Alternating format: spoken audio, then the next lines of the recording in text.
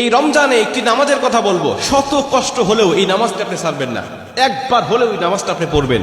নবীজি এই নামাজের এত গুরুত্ব দিতেন, নবীজি বলেছেন জীবনে একবার হলেও তুমি এই নামাজটা পড়বে। এই হাদিসটি ইবনে মাজাহ শরীফের, তিরমিজি শরীফের এবং আবু দাউদ শরীফের 1297 নম্বর হাদিসের মধ্যে এই হাদিসটা বর্ণনা হয়েছে এই নামাজের কথা। নবীজি তার চাচা আব্বাস রাদিয়াল্লাহু তাআলা আনহুকে ডাক দিয়ে বলছেন, চাচা আমি আপনাকে এমন একটি নামাজের কথা বলছি, এই নামাজটা আপনি প্রতিদিন একবার হলেও আপনি আদায় করবেন।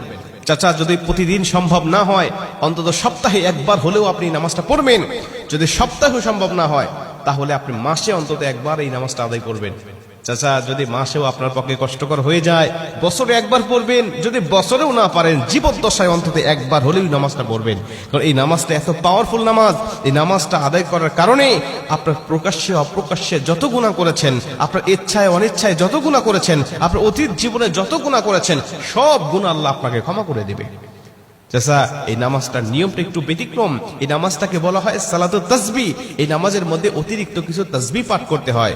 সুবহানাল্লাহ, আলহামদুলিল্লাহ, লা ইলাহা ইল্লাল্লাহ, আল্লাহু আকবার, এই চারটা তাসবিহ একত্রিত করে সুবহানাল্লাহি ওয়াল হামদুলিল্লাহি ওয়া লা ইলাহা ইল্লাল্লাহ আল্লাহু আকবার, এই তাসবিহগুলো, এই বাক্যগুলো এখানে পাঠ করতে হয়। 4 রাকাত বিশিষ্ট এই নামাজ সালাতুত তাসবিহ 4 রাকাত পড়তে হয় এক নিয়তে।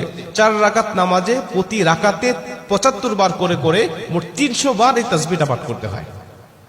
সুবহানাল্লাহি ওয়াল হামদুলিল্লাহি ওয়া লা ইলাহা ইল্লাল্লাহু আল্লাহু আকবার, এই তাসবিহটা, এই দোয়াটা 75 বার করে করে প্রতি 4 রাকাতে মোট 300 বার করে আপনি পাঠ করবেন।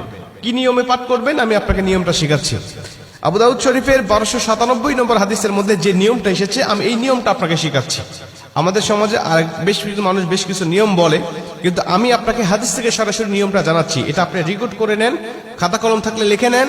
প্রয়োজনে এটা যত সোশ্যাল মিডিয়াতে যাবে, ফেসবুক ইউটিউবে যাবে, এটা আপনি সেভ করে নিজ আইডিতে শেয়ার করে রেখে দিবেন, যাতে আপনিও শিখতে পারেন, অন্য মানুষকে শিখাতে পারেন।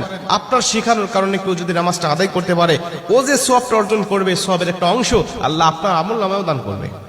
এজন্য